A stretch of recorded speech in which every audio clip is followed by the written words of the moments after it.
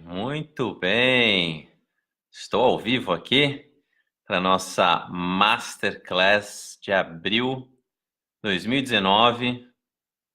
Sejam todos bem-vindos. Na verdade, por enquanto só tenho eu aqui, acabei de ligar a live. Daqui a pouquinho o pessoal vai entrando, mas muito bem-vindos. Ó, a Laila lá entrou, a Fernanda, o Marcos, a Cláudia, muito bem-vindos aí todo mundo.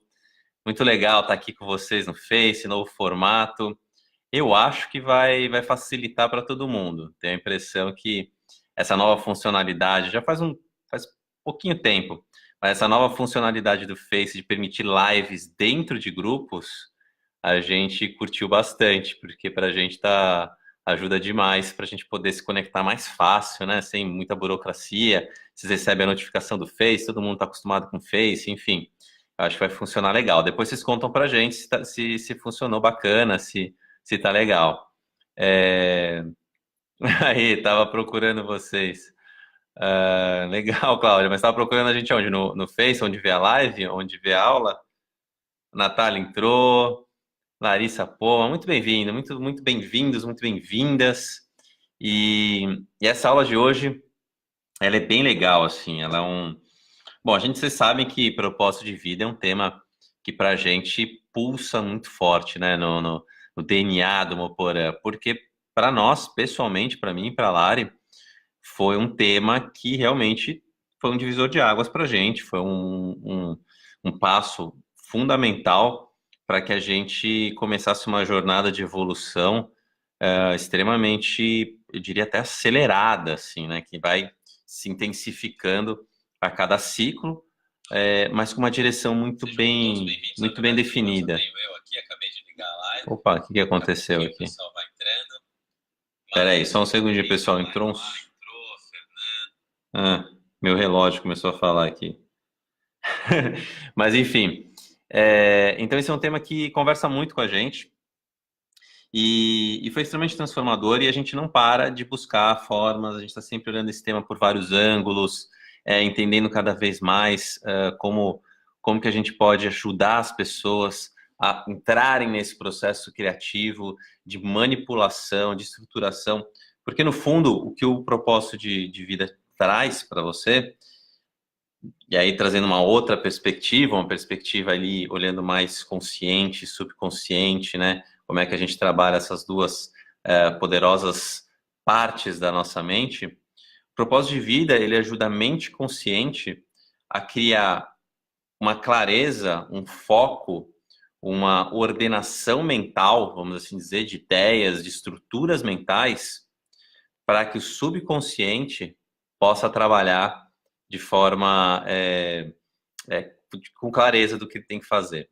Né? A gente costuma falar assim que o consciente é o comandante, né? O consciente dá a ordem, mas quem executa é o subconsciente, que o subconsciente é onde você tem todas as suas informações, ele funciona 24 horas, 7 dias por semana, ele não para um segundo de trabalhar por você, ele está toda hora catalogando informações, conectando informações, criando padrões, achando vínculos, ele não para de trabalhar por você, desde que você saiba como direcioná-lo. Senão, ele também fica caótico. Então, o que a gente vê na maioria das pessoas, todos, né, na grande maioria das pessoas, principalmente hoje numa era de hiperestímulo, de hiperconexão, em que a gente está toda hora sendo bombardeado por todos os lados, com demandas, pressões, informações, consumo, etc, etc, etc. Uma confusão mental, né? Então, um caos interno, né? Que a gente...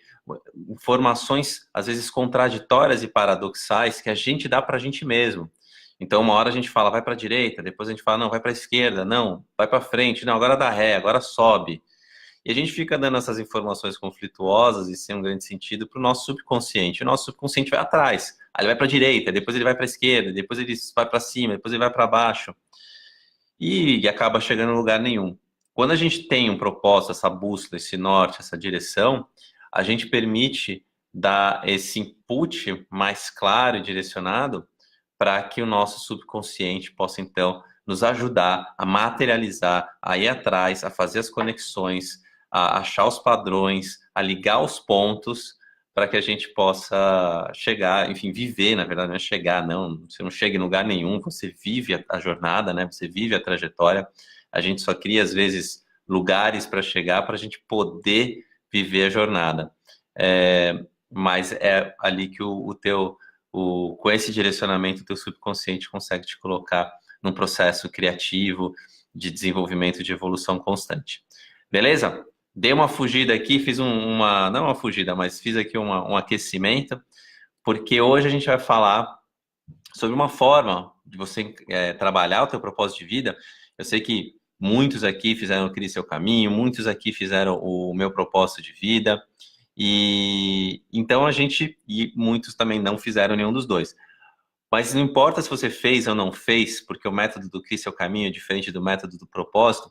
Aqui vou trazer uma outra forma de enxergar, uma outra forma de trabalhar, que eu chamo de um método mais acelerado e extremamente poderoso para que você possa lapidar ainda mais ou começar esse processo de encontrar, desenvolver, não encontrar, não gosto da palavra, mas de criar o seu propósito de vida. E é sempre importante falar, né, que a jornada, né, uma frase do Lao Tzu, que diz o seguinte: a jornada de 1000 passos começa com o primeiro passo. Então, eu vou falar qual que é o primeiro passo em toda essa história de propósito de vida. E, Carlos, bem-vindo. A Flora também entrou aqui, que legal, muito bom, gente, muito bom ver vocês por aqui. Muito feliz de vê-los todos aqui. Legal ver as várias turmas, a gente vai lembrando, eu vou lembrando, né, de quem é de que turma e tal. Mas, enfim, o primeiro passo é o que eu vou falar agora, quando a gente fala de propósito. Mas nunca se esqueça que você tem que dar os outros 999 passos. É aí que a coisa acontece, né? O primeiro passo, tem uma outra frase que fala, né? O primeiro passo é metade do caminho, sem dúvida, porque a energia, a sair da inércia, né? Para dar o primeiro passo, você precisa de muita energia. Depois você precisa continuar a caminhada, mantendo esse ritmo para conseguir fazer a jornada dos 1000 passos aí do Lao Tzu, tá? E qual que é então esse primeiro passo? Tudo começa na curiosidade. E esse aqui é um ponto muito legal, cara. Se você observar pessoas que vivem um propósito, que vivem uma paixão muito fortemente, né? A gente olha assim, por exemplo, o Picasso, né? O Picasso, aquele artista completo, fantástico, né? Uma produção, uma consistência ao longo da carreira muito grande. Você vê que é um cara que amava o que fazia. Ou você olha, sei lá, o Michael Jordan no basquete ali. Cara, que carreira fantástica, né? Quantos anos ali ele se sustenta, sempre, parece que sempre renovado, né? Naquela carreira. São sintomas de pessoas apaixonadas, que adoram fazer o que fazem, né? Os anos só tornam elas cada vez melhores, através da prática, da dedicação, da entrega para aquela paixão, né? Então a gente sempre olha esses exemplos de pessoas apaixonadas e a gente fica hipnotizado até, maravilhado de ver, né, quando uma pessoa faz com paixão. Uma outra pessoa, Kelly Slater, né, Kelly Slater, acho que 10 campeonatos mundiais de surf. Cara, só você tem que ter muita paixão para manter esse nível de alta performance ano após ano, sempre olhando. Só que o que acontece, quando a gente olha esses casos, os casos públicos, mais fora da curva, assim, a gente está olhando o quê? A gente está olhando a paixão totalmente amadurecida, né? Totalmente amadurecida. É isso que a gente está olhando, é isso que aparece para a gente quando a gente olha um Picasso, um Michael Jordan, um Kelly Slater e por aí vai. Agora, por trás daquele melhor jogador de basquete do mundo voando com a bola no ar, existia um garotinho lá atrás que em algum momento estava curioso sobre o basquete. Provavelmente ele viu outras pessoas jogando basquete, ele olhava ali pequenininho, vendo aquela galera jogando ali, talvez na quadra do colégio, e alguma coisa despertou a curiosidade. Mesma coisa o Kelly Slater deve ter visto pessoas surfando e alguma coisa despertou, né? O Picasso também nas artes, talvez brincando, mexendo com tintas, eu não sei qual é a história do Picasso, mas algum ponto veio essa curiosidade sobre aquele ambiente, sobre aquele contexto que fez com que tivesse um impulso de investigar, de explorar. Então, por que eu estou falando isso? Porque a paixão é a curiosidade, ou as curiosidades, eu vou detalhar mais, mas a paixão é a curiosidade amadurecida. É esse processo de amadurecimento das suas curiosidades que fazem, de repente, brotar quando você é uma pessoa apaixonada por fazer uma determinada coisa ou conjunto de coisas, né?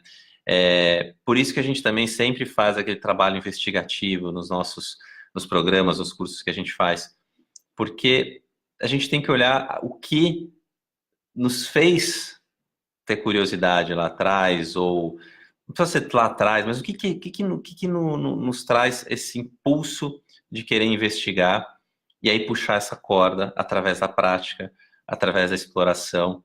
E eu vou falar um pouquinho mais como isso funciona, mas vamos passo a passo. E aí eu quero até fazer um parênteses. Eu gosto de falar, e acho que vocês já ouviram falando isso mais de uma vez, que curiosidade, para mim, é uma das competências mais importantes para você estimular nas crianças. Eu não tenho a menor dúvida que crianças curiosas têm uma tendência muito maior a se tornarem adultos realizados. Porque é exatamente na investigação que você começa a estimular o seu processo criativo, a curiosidade, quando ela é estimulada, ela faz com que a criança acostume-se a errar, e errar é extremamente saudável para que você possa crescer de uma forma equilibrada emocionalmente, né? Entender o erro como parte do processo criativo e não como uma falha, algo que deve ser punido. Então, a curiosidade, quando ela é estimulada, ela começa a trazer esse conjunto de atributos de formação da personalidade da pessoa, de pensamento crítico, de ser uma pessoa inquisitiva, né, que pergunta, que tem interesse, que olha o mundo e olha para os outros com um olhar de interesse, né? Isso também desencadeia empatia, né? Por que acontece aquilo que acontece com aquela pessoa?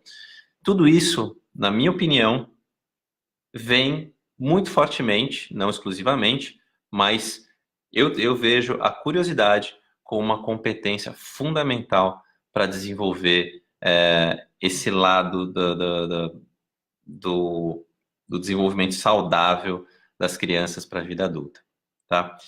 E por que a curiosidade é, então, o ponto de partida para essa jornada do propósito, né? Que, na verdade, são 3 etapas. A curiosidade, que vira paixão, que vira propósito. Essas 3 etapas que a gente vai percorrer aqui nessa aula. Curiosidade amadurece para paixão, paixão amadurece para propósito. Pelo seguinte motivo, a gente não consegue criar sem ter um conjunto de referências para manipular. A melhor analogia que eu posso fazer para vocês é o seguinte: como é que você vai construir um castelo de Lego, né? Lego, as pecinhas, com meia dúzia de pecinhas? Você precisa ter 1000 pecinhas. Com 1000 pecinhas, você consegue construir um castelo bem legal. Ou se não for um castelo, uma casa, ou se não for uma casa, é um carro, não importa. Você precisa de referências, de material. E a curiosidade é esse combustível que te vai trazer, vai te ajudar a montar referências na sua vida, tá? Então, assim, a gente precisa cultivar e nutrir as nossas curiosidades para que elas virem paixão. E uma vez que vira paixão, é um pulo para virar propósito, tá? E aí eu vou deixar 2 frases, assim, aquelas frases para depois escreverem ali, Bruno, Rô, embaixo, assim, que falou isso, mas que sintetiza um pouco isso que eu estou falando, que é o seguinte: criar o seu propósito de vida é um ato criativo. A frase é meio redundante, mas funciona. Criar o seu propósito de vida é um ato criativo, e a curiosidade é o combustível da criatividade, tá? Curiosidade é o combustível da criatividade. Então, aquela história que você vê muito adulto falando com criança: nossa, como você é curioso, tira a mão daí, para de fazer isso, deixa de ser curioso. parar de fazer pergunta. Cara, vamos quebrar esse paradigma, cara. Tem que ficar muito feliz que ela tá fazendo perguntas, tem que ficar muito feliz que ela tá mexendo nas coisas, que ela tá quebrando coisas. As crianças são os maiores cientistas e experimentadores que existem. A gente é que tolhe essa experimentação, né? Então, desde pegar uma coisa e jogar no chão. Por que ela joga no chão?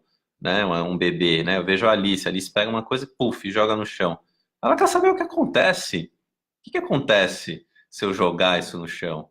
Né? É uma curiosidade, ela tá exercitando esse lado de cientista, né? Buscando entender como as coisas funcionam, o que são aquelas coisas. Então é só coisa boa, tá? As crianças naturalmente são assim, nós adultos é que acabamos cortando barato. E aí, vamos entender um pouco por que essa trilha de curiosidade, paixão, propósito, ela funciona, ela é tão importante e ela traz esse diferencial na nossa vida em termos de realização, prazer, né, vida significativa. Por que ter uma paixão? Motivo número 1. Paixão ativa a nossa garra, né? Que a gente às vezes chama de determinação, mas é o grit dos Estados Unidos, né? Da pesquisa da Angela Lee Duckworth, uma pesquisa que a gente já citou várias vezes aqui. A Angela Lee Duckworth, da Universidade da Pensilvânia, tem um extenso trabalho junto com a equipe dela sobre determinação e como determinação é um fator fundamental, ou o mais determinante, ou o determinante, pelo menos as pesquisas delas, para determinar o sucesso, para determinar que uma pessoa vai conseguir realizar o que ela quer. É a garra, capacidade de desenvolver uma competência, um estado de garra, né? De você ir atrás daquilo que você quer. E paixão ativa garra. Paixão ativa. Quando você tem uma paixão, você é um dos elementos que você ativa essa garra. E a Angela Lee Duckworth, ela fala o seguinte, ela tem até uma definição. Ela fala que garra é a intersecção entre paixão e perseverança. Quando a gente tem a paixão, que é esse combustível, né? A curiosidade é o combustível da criatividade, a paixão é o combustível do propósito. Mas vamos dizer, quando a gente tem esse combustível e a gente tem perseverança, a gente desenvolve essa garra, ou seja, a gente sustenta, né? A garra é a paixão que alimenta a sua capacidade de se manter firme naquilo que você quer fazer, né? Então essa é meio que a definição da Angela Lee Duckworth para garra. Porque quando as coisas ficam difíceis, e ficam difíceis, né, gente? A gente tem a vida, tem calmarias e tem tempestades, normal. Estamos aqui todos no planeta Terra, faz parte do desse funcionamento, né? Então, quando vem as tempestades, só força de vontade não garante. Não garante que você consiga se sustentar, né, até o final daquela tempestade. Precisa ter paixão.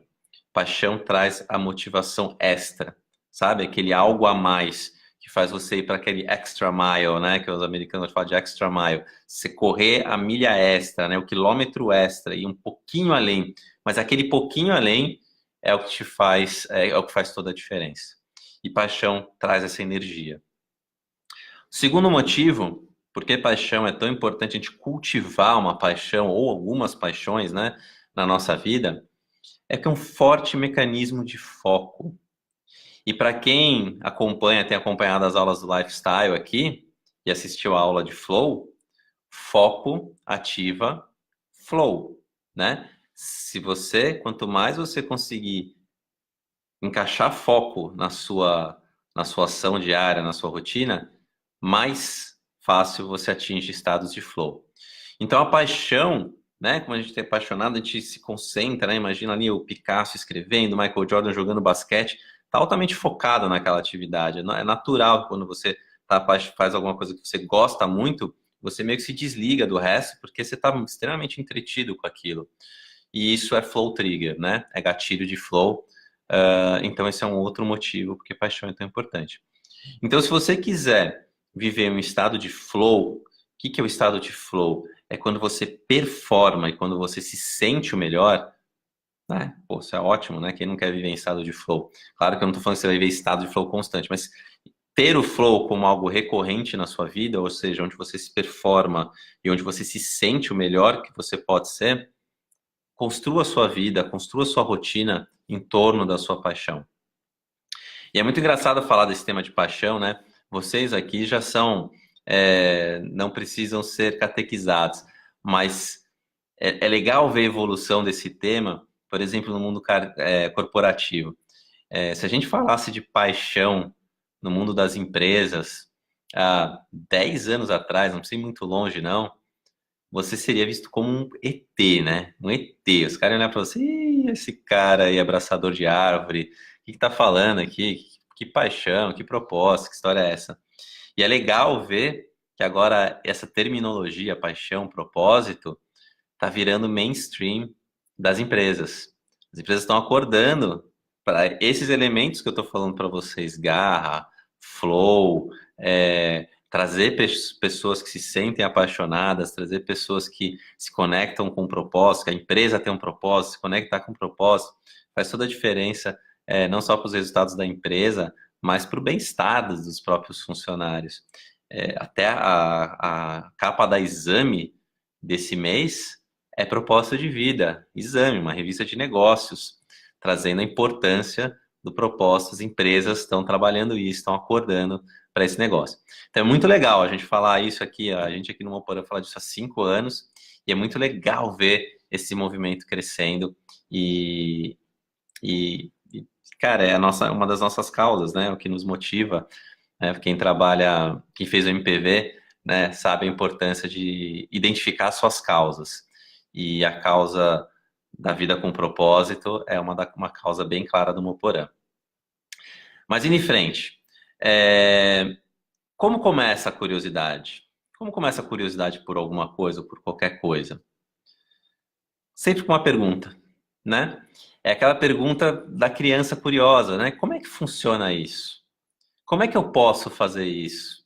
Essas são perguntas que ativam a nossa curiosidade, né? E então sempre começa com uma pergunta. E as pesquisas científicas têm mostrado duas coisas bem interessantes. O comportamento curioso, ele desencadeia dois comportamentos nas pessoas, né? Pessoas curiosas, elas acabam desencadeando dois tipos de comportamento no seu dia a dia. O primeiro delas, e de novo também bastante benéfico para a sua vida, é o desejo de buscar ativamente situações novas e desafiadoras. Lembra que a gente fala assim, cara, mudar, novidade é uma coisa bastante desafiadora para todos os seres humanos, porque mexe com mecanismos de autopreservação bastante primitivos nossos, né? Mexe com o sistema límbico, com o nosso sentimento de autopreservação, isso é novo, eu não sei o que é, eu tenho que me preservar, né? Imunidade à mudança, enfim, vários temas que a gente fala aqui, que a gente já falou aqui com vocês. Quando você exercita a curiosidade na sua vida, isso torna uma competência, algo que você, né, constantemente traz com frequência na sua vida, você se torna mais suscetível, mais naturalmente direcionado a buscar novas situações e situações desafiadoras. Você começa a desenvolver isso em você. São pesquisas científicas que têm falado sobre isso. Uma forma de explicar isso eu gosto de usar a figura do explorador. O que é a figura do explorador? Vamos pegar os exploradores marítimos lá de 1500, 1400, 1600, que se jogavam no mar para falar assim, nossa, será que a Terra é redonda? A Terra é plana ou a Terra é redonda? Bom, estão falando que a Terra é redonda. Vamos descobrir esse negócio, vamos pegar um barco e vamos para aquela direção e ver se a gente chega no outro lugar. Cara, os exploradores, eles são movidos por essa curiosidade, eles buscam desafios, né? Pô, vamos escalar aquela montanha mais alta, o Everest, pô, tá loucura. Mas ele é movido por uma situação nova e desafiadora. Então, esse mindset, essa energia do explorador, ela nasce de curiosidades, né? São pessoas muito curiosas sobre o mundo, sobre coisas. Os cientistas, em geral, né? Os cientistas são extremamente curiosos e eles estão sempre buscando novos desafios, tá? Tá beleza, pessoal? Se alguém tem alguma dúvida, se quiser, eu tô vendo os comentários aqui, tá? Então, se quiserem falar alguma coisa, trazer alguma dúvida, alguma coisa que não ficou clara, vocês podem falar que eu tô de olho aqui nos comentários. Então, legal. Então, esse é o primeiro comportamento que a curiosidade desencadeia. E esses dois comportamentos, esse comportamento de você buscar ativamente novas coisas e coisas desafiadoras, situações novas e desafiadoras, os dois são flow triggers, tá? Os dois ativam flow. Novidade e desafio ativa flow. Por quê? Você tem que concentrar muito foco, você tem que concentrar sua energia para poder viver aquele desafio e para poder entender aquilo que é novo. Isso requer uma capacidade cerebral que faz com que você direcione a energia para o foco. E aí você entra em flow. Né? Você tem esse direcionamento. E o segundo comportamento, meio que eu já falei aqui, é que quando pessoas curiosas, que desenvolvem o comportamento curioso, elas desenvolvem a habilidade de ficar totalmente focadas nessas situações. Tá? Então, curiosidade desenvolve a tua naturalidade para buscar ativamente novas e desafiadoras situações e de se tornar uma pessoa mais focada nessas situações. Tá bom? E aí tem um lance que é muito louco, cara. Tem um lance que é muito interessante de toda essa história que eu tô falando. Que é o seguinte, essa aqui é até uma descoberta que eu fiz recentemente, e quando eu descobri isso, foi através do Steven Kotler. Steven Kotler é um cara que eu tenho gostado muito do que ele fala, ele é um autor, é um estudioso de flow, entre outras coisas, acho que tem 3 livros, todos best-sellers, e eu tenho me engajado bastante na linha de trabalho dele, tem ressoado comigo, né? E eu aprendi com ele isso, né? Lendo os estudos, o trabalho dele, que, bom, como a gente já falou, o novo, ele gera medo, tá? E treinar a sua curiosidade, né? Treinar, aumentar esse impulso curioso, te ajuda a diminuir o seu medo. Como é que funciona isso? Medo e ansiedade gerados pelo novo, por exemplo, eles são irmãos da excitação e da curiosidade. Elas são 2 lados da mesma moeda. Por que isso? Por que eu estou falando isso? Ambos comportamentos, você se sentir medo e ansioso ou você se sentir excitado e curioso, eles são desencadeados no seu cérebro por uma produção de norepinefrina. Quando você começa a produzir muita norepinefrina, ou você vai para a ansiedade e para o medo, ou você vai para excitação e curiosidade. O que muda é uma mudança de interpretação de como você está vendo aquilo que está desencadeando a produção de norepinefrina. Qual o estímulo que você está recebendo ou está produzindo e que gera essa produção desse hormônio no seu organismo. E esse hormônio no seu organismo, dependendo de como você interpreta, como você está treinado, como a sua mente está treinada, você pode se sentir ansioso e com medo, ou você pode, na verdade, desencadear excitação e curiosidade. Inclusive, quando você... essa é uma técnica de um outro cara que eu li há um tempo atrás, eu não tinha entendido, e agora com essa explicação do Stephen Kotler ficou bem claro para mim porque que o cara falava isso, e eu acho que ele sabia meio intuitivamente, de forma empírica, mas ele não sabia explicar. Assim, quando você se depara com uma situação em que você está ansioso, a melhor forma de você lidar com isso é falar para você mesmo, cara, como eu tô excitado, como eu tô animado, como eu tô animado, como eu tô excitado, e repetir isso para você, como eu tô animado, como eu tô excitado, porque você tá levando a sua mente a usar o hormônio tá lá, não tem jeito, ele tá você tá produzindo norepinefrina, mas você tá dando um sentido para excitação, para curiosidade e não para o medo e para a ansiedade, né? É um mecanismo bem louco, né, de você pensar, e não é o primeiro autor que eu ouço falando isso.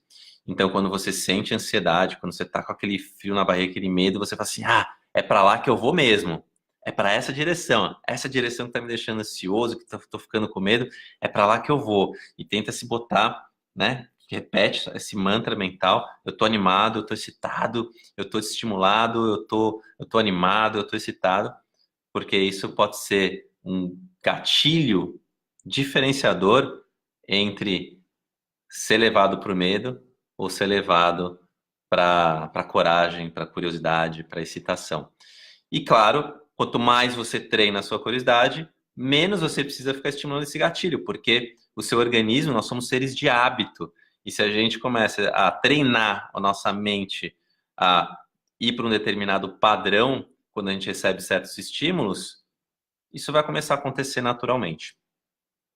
Então, entendendo aqui a história da curiosidade, a importância de estimular a curiosidade nas nossas vidas, é, é por todos esses motivos aqui que eu tô falando. Deixa eu ver aqui rapidinho, galera. Tô vendo aqui os comentários. Minha timeline. Não, fica nesta página. O que aconteceu?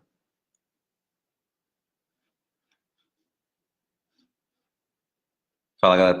Tá tudo bem? Vocês estão vendo minha imagem aqui? Eu tive uma oscilação. Som, imagem, tá ok? Pera aí.